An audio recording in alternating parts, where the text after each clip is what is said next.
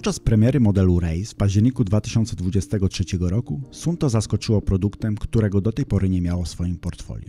Słuchawkami na Bluetooth. Słuchawkami przeznaczonymi do używania w terenie. Słuchawkami z diodami LED i przewodnictwem kostnym. Nie jest to nowa technologia. Na rynku od lat istnieją już słuchawki tego typu, ale postanowiliśmy przetestować, jak taki sprzęt sprawdza się w sporcie. Jeśli zastanawiasz się, czy to słuchawki dla Ciebie, czy można w nich jeździć na rowerze, biegać po zmroku, ćwiczyć na siłowni, koniecznie z nami zostań. Sprawdziliśmy to. Witajcie na kanale Sportowe Testy.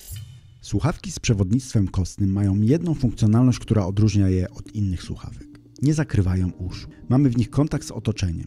Z jednej strony na rynku mamy słuchawki z coraz lepszym systemem ANC, czyli aktywnej redukcji szumów, które odcinają nas skutecznie od dźwięków zewnętrznych. Z drugiej, nie wszędzie stosowanie ich jest bezpieczne. Preferencji używania słuchawek jest niemal tyle, ilu użytkowników. Dlatego nasuwa się pytanie, dla kogo są słuchawki Suunto Wing? Po używaniu ich przez kilka tygodni mogę śmiało powiedzieć, że są dla mnie. Powiem zaraz dlaczego.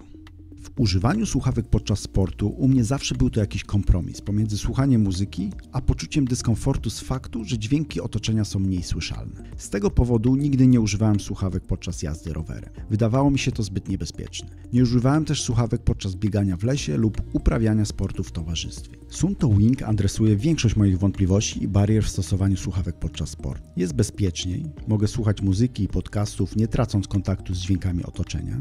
Jest bardziej socjalnie niż w tradycyjnych słuchawkach. Mogę używać ich podczas treningu, w towarzystwie lub w domu, nie odcinając się od innych osób.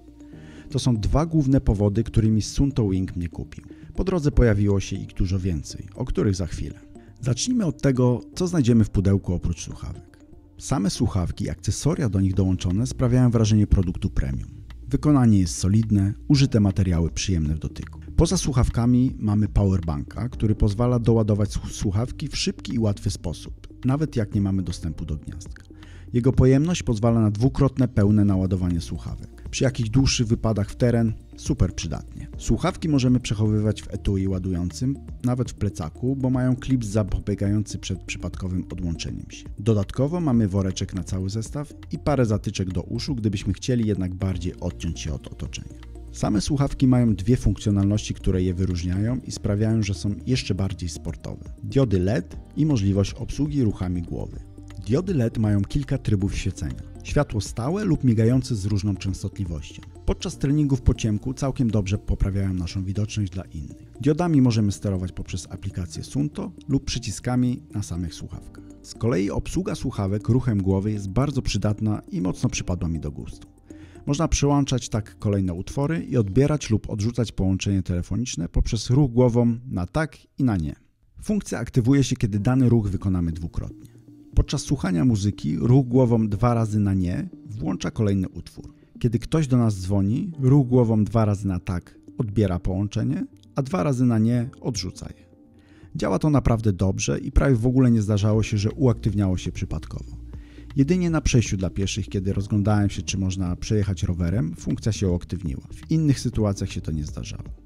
Warto jeszcze pamiętać, że możliwość obsługi gestami głowy zmniejsza czas pracy baterii o około 15%, więc jeśli nie korzystamy z niej, dobrze ją wyłączyć.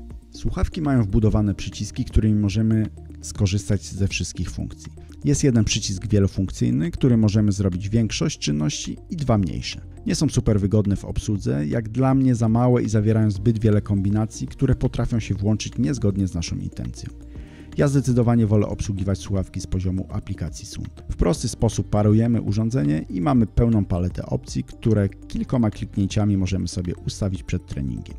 Mamy wygląd, mamy obsługę, to teraz chwilę o tym, jak się sprawdzają w akcji. I tutaj jest odpowiedź niejednoznaczna, bo to zależy.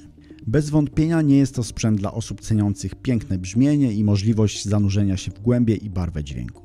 To trzeba jasno powiedzieć. To słuchawki dla osób, które lubią słuchać muzyki lub podcastów, kiedy są aktywni, uprawiają sport lub robią coś, w czym ta muzyka im umili czas, ale nie odcina ich od świata zewnętrznego. I tak, kiedy używałem ich podczas zawodów, przy starcie, w tłumie ludzi, nie słychać było kompletnie muzyki.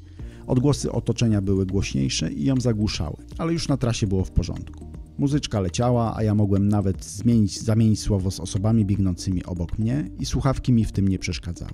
Dla mnie to super. Warto tutaj wspomnieć, że w tych słuchawkach nie da się słuchać muzyki głośno z dwóch powodów. Pierwszy to muzyka głośna jest słyszalna dla otoczenia. Nie jakoś super mocno, ale jeśli jesteśmy w pomieszczeniu, gdzie jest cicho, to będzie ją słychać.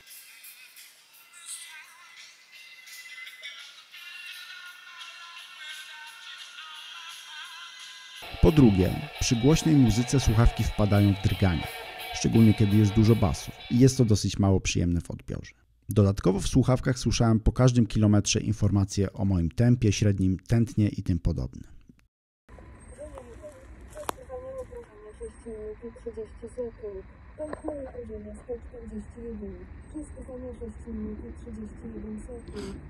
To jest super.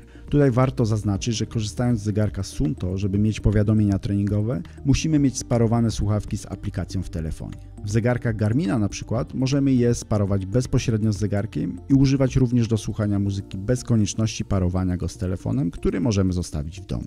Inna sytuacja, trening na siłowni. Słuchawki idealnie przylegają do głowy, nie przeszkadzają w żadnych ćwiczeniach, nawet podczas wyciskania na ławeczce, podciągnięciach czy staniu na rękach. Dodatkowo, jeśli ćwiczymy w towarzystwie, nie musimy ściągać ich, chcąc z kimś porozmawiać. Super funkcjonalne. Z jednym małym zastrzeżeniem. Jeśli na siłowni, na której ćwiczymy, jest ogólna muzyka, która gra głośno, to może ona skutecznie zagłuszyć naszą, ale już w słuchaniu podcastu przeszkadza to mniej. Dalej jedziemy na rower. Po pierwsze, słuchawki w ogóle nie przeszkadzają i nie kolidują z kaskiem lub okularkami. Nosząc je po chwili zapomina się, że są na głowie. Po drugie, nie odcinają nas od otoczenia.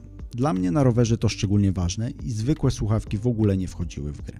Tutaj możemy posłuchać muzyki, podcastów lub porozmawiać przez telefon i jest to całkiem wykonalne. Jeśli prędkość przekroczy 30 km/h, to już szum powietrza mocno koliduje z dźwiękiem w słuchawkach, ale przy mniejszych prędkościach jest naprawdę nieźle. Dodatkowo słuchawki w ustawieniach mają dwa tryby dźwięku. Normalny i teren, który nieco podbija głośność.